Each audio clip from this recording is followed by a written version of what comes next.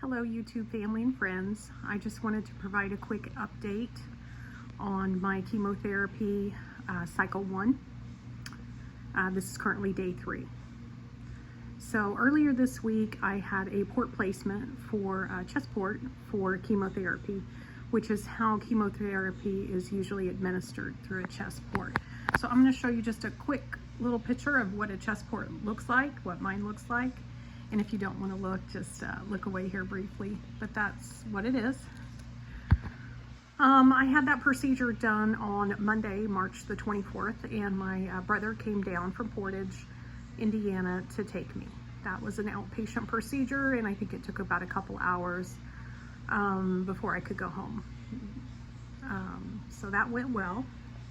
Then on Thursday, March the 26th, my sister Tani took me to my first chemo infusion at the infusion center. So that went pretty good. It was just a very long day there, because the very first time you go through it, they draw extra labs. They have all this education they have to do. You have consents to sign. They do lab work to make sure that you're okay to get chemo that day. And then they usually administer some pre-meds. So that's some nausea medicine and a steroid that goes through your IV. You have to wait about 30 minutes before the chemo can start. So my first infusion, so this is for my pancreatic cancer regimen, is called, it's a combination of drugs.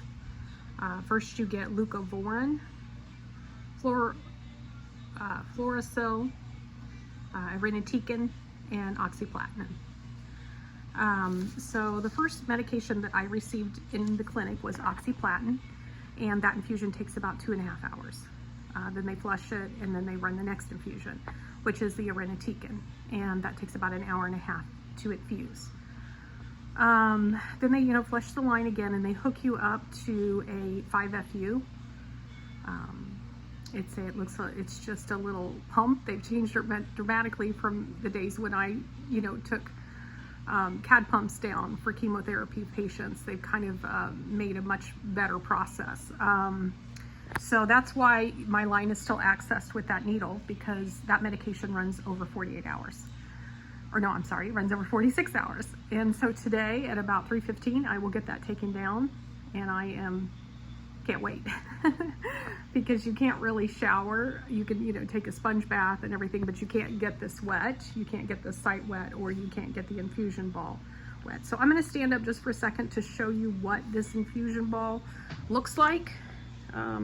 So you can see here the line coming off the port. It's just a thin little plastic line, and it's almost like a pouch that you wear, and you unzip it. And when this is full, it's big and it's fat, but as it infuses, it becomes much smaller and compressed. And I think I'm getting like 5 milligrams an hour of 5FU, and it runs over 46 hours. So as you can see, it's pretty dense. It's getting pretty flat. As far as my chemo symptoms go, I don't feel that bad. Maybe a little tired yesterday. I got hot, but my sister had the heat on, and it was like 55 in the morning, and the heat was on, and then all of a sudden the temperature shot up to like 77 here in the Midwest. So I just was like, why am I so hot? Is it the steroids or what? And so it was okay. I think this side of my face got flushed, and I had to get in front of like a fan and put a cool rag down, and then I felt so much better after that. But it was just kind of funny, that I got so hot. You don't want to get that hot, because then this dressing, it'll come down, it'll come off, and you don't want it to do that. You want it to stay occlusive, tight to your skin. That's why I've got some tape here that you see, because I needed to reinforce the edges because they were starting to peel away. So it's not good for that dressing to peel away. It has to be occlusive for a lot of reasons when your port's accessed.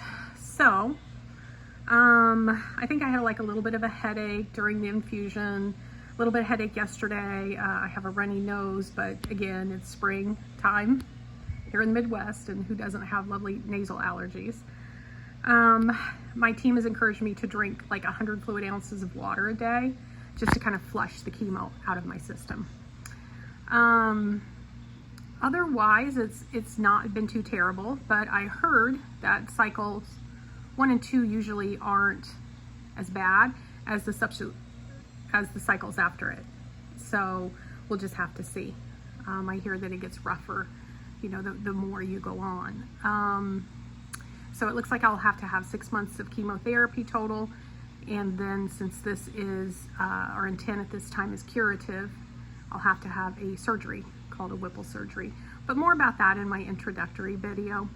You can watch that. But I just wanted to touch base with you all very quickly. And if you want to follow along on my journey, that's what this channel is for. And I'll talk to you after each chemo cycle. My next cycle is not until April 15th. Typically the cycles will be every 2 weeks of chemo, but my oncologist was going out of town, and he wanted to be, you know, in town for cycle 2, and I was okay with the 5-day delay. So instead of them being on Thursdays, they'll be on Tuesdays, and then I'll get a disconnect on Thursday that week. So otherwise, they give me medication for nausea after the chemotherapy. I've not really been nauseated yet, knock on wood. No other GI symptoms as well, you know, knock on wood.